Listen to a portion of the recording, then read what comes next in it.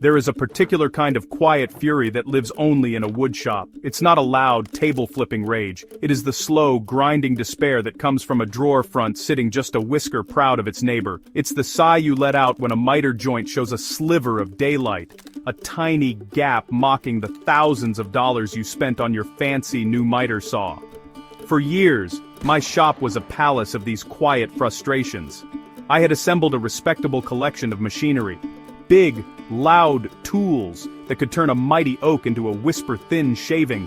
I had a table saw with a fence that promised accuracy to the thousandth of an inch, and a jointer that could flatten a board with the authority of a steamroller. Yet, my projects were consistently haunted by little imperfections. The modern woodworker is a bit like a kid in a candy store with an unlimited allowance. We are constantly bombarded with advertisements for the next big thing. A new rotor lift with a digital readout, a self-aligning drill press, a sander that promises a finish so smooth you could see your reflection in it. We chase the shiny and the new, believing that the next purchase will be the one that finally unlocks woodworking nirvana.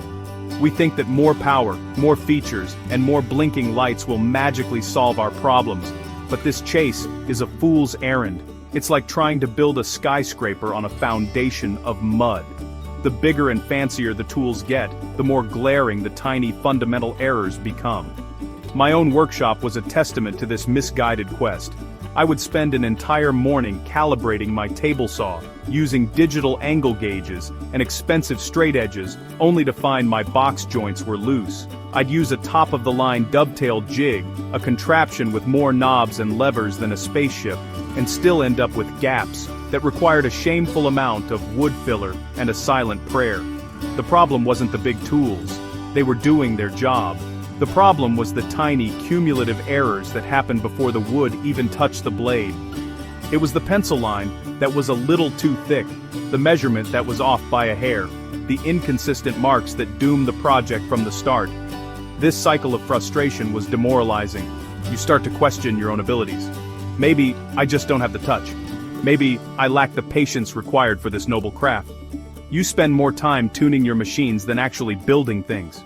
You produce more expensive kindling than heirloom furniture. The joy of making something with your own two hands gets replaced by a feeling of dread. You walk into the shop, look at the pile of beautiful walnut you're afraid to ruin, and decide that maybe organizing your screw collection is a more productive use of your time. This, my friends, is no way to live. The workshop should be a place of triumph, not a museum of near misses. Then, one day, a solution presented itself. It didn't arrive in a giant crate delivered by a freight truck. It didn't have a motor, a battery, or a user manual thicker than a phone book. It was small, unassuming, and had been sitting in the corner of an old craftsman's toolbox I inherited. It was a wheel marking gauge. For those of you unfamiliar with this little marvel, it's a simple tool. It's just a brass body, a steel rod with a sharp wheel on the end, and a locking knob. That's it. It's the kind of tool you'd walk past at a woodworking store 100 times without giving it a second glance, especially if a new cordless impact driver is winking at you from the next aisle. My first reaction was one of pure skepticism. How could this primitive little gadget possibly compete with my digital calipers and my laser-etched rulers? It looked like something a shipbuilder would have used in the 18th century. It felt almost quaint. The reason people ignore tools like this is simple. They are not sexy. A marking gauge doesn't roar to life. It doesn't have a lithium-ion battery. Its purpose is singular and brutally simple to scribe a line. In a world of multi-tools and digital everything, a tool that does only one thing, no matter how well, seems boring. We've been conditioned to believe that complexity equals capability, and this tool is the very definition of elegant simplicity. But the genius of the marking gauge lies in that simplicity. Unlike a pencil, which draws a thick fuzzy line that can vary in width, the wheel of a marking gauge slices a microscopic groove into the wood fibers. It creates a clean, razor-thin line that is utterly unambiguous. This line is not just a visual guide, it is a physical registration point. A chisel can lock into it perfectly. A saw blade can follow it with unerring accuracy. It removes all the guesswork. It's not drawing a suggestion of where to cut. It is creating a precise trench that declares, with absolute authority, cut here. Not a hair to the left, not a hair to the right. My initial reluctance quickly melted away the first time I used it to lay out the joinery for a small box. Instead of fumbling with a tape measure and a pencil, trying to get consistent offsets, I set the gauge once. I then swiftly scribed the shoulder lines for all my tenons, and the base lines for my dovetails. Every single mark was identical. Every line was perfectly parallel to the edge of the board. There was no variation, no chance for human error to creep in. It was a moment of clarity. I realized I'd been fighting a battle of inches with tools designed for miles, when the real war was being won and lost at the thousandth of an inch level, right at the layout stage. The switch from a pencil to the marking gauge was nothing short of transformative. Suddenly, those frustrating little problems began to vanish. Take, for instance, setting the cutting depth on my table saw for a half-lap joint. Previously, I would hold a ruler next to the blade, squint, make a test cut, measure, adjust, and repeat. It was a tedious dance of trial and error that wasted time and good lumber.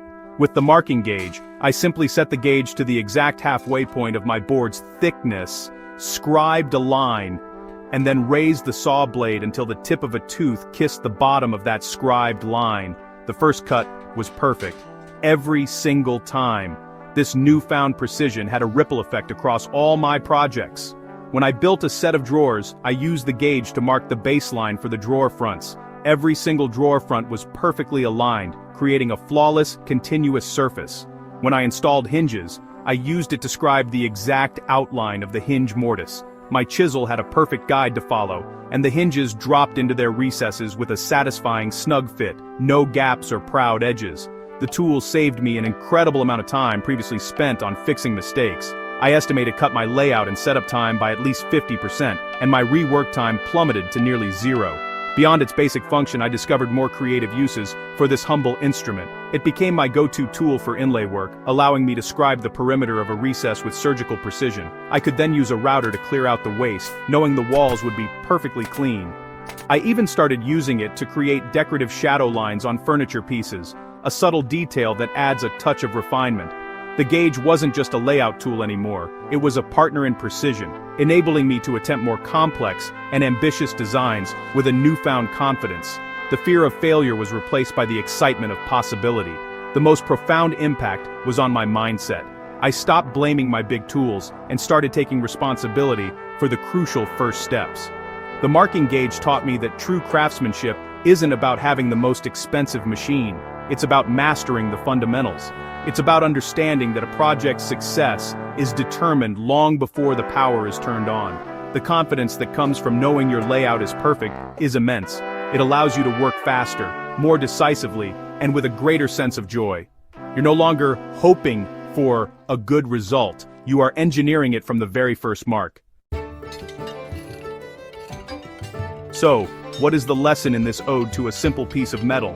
It is a call to look past the flashing lights and digital screens that dominate the modern tool market. I encourage you to walk into your own workshop and take a hard, honest look at your process. Are you fighting your tools?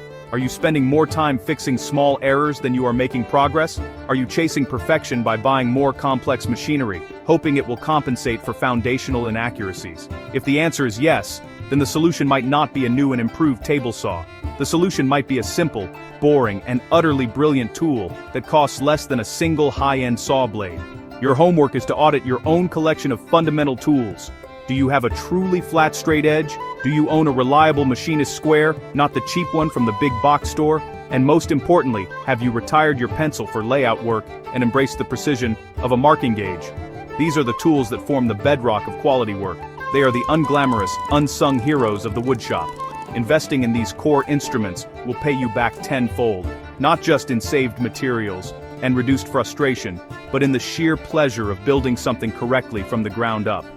The quest for better woodworking is not an arms race. It is a journey of refinement. It's about developing a deeper understanding of your materials and your methods. True improvement comes not from accumulating more tools, but from mastering the ones that matter most. The marking gauge was my secret weapon, the key that unlocked a new level of precision and confidence in my work. It reminded me that the most powerful tool in any shop is not the one with the biggest motor, but the one that allows you to be consistently and effortlessly accurate. So, before you mortgage your house for that next generation helical head joiner, Do yourself a favor. Buy a good marking gauge. Learn to use it.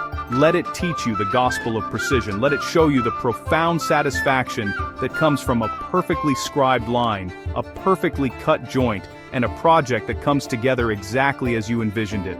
It's a small investment that will fundamentally change the way you work with wood, and it'll bring back the good, clean fun that drew us to this wonderful craft in the first place.